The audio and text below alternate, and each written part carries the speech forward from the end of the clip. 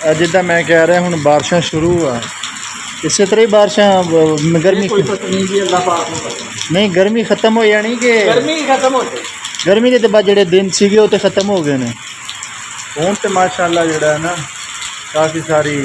बारिशां आ गई ने हूँ तो मौसम मौसम इंजॉय करने वाला है हूँ तो रात को जोड़ा है ना रात को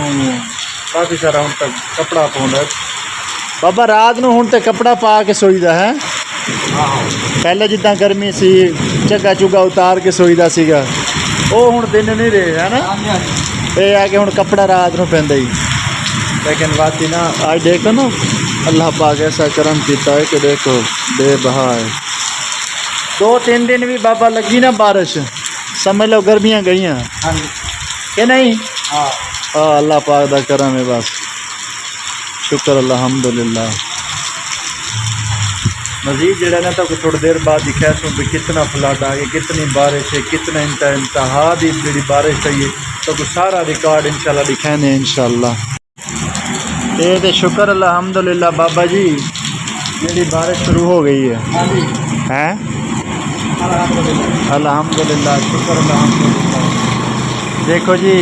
देखो फैसलाबाद का माशाअल्लाह काफ़ी मौसम बेहतर हो गए बाबा ठंड तो नहीं लगी वही ठंड तो नहीं लगी तो माशाअल्लाह अल्हम्दुलिल्लाह काफ़ी सारा मौसम बेहतर हो गया जी तो काफ़ी सारी जी गर्मी है ना वो बिल्कुल ख़त्म की गई क्यों लाला इसे तरह ही है मैं कि मौसम बेहतर हो गए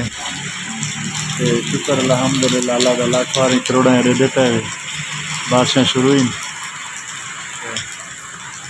शुक्र अल्हम्दुलिल्लाह दी ज़ात अल्लाह करम है जड़ा ना बारिशां शुरू थी गई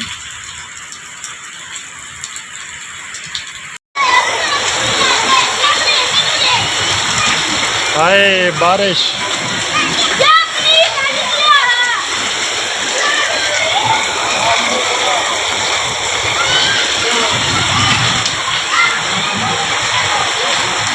फैसलाबाद बहुत ज़्यादा बारिश है जी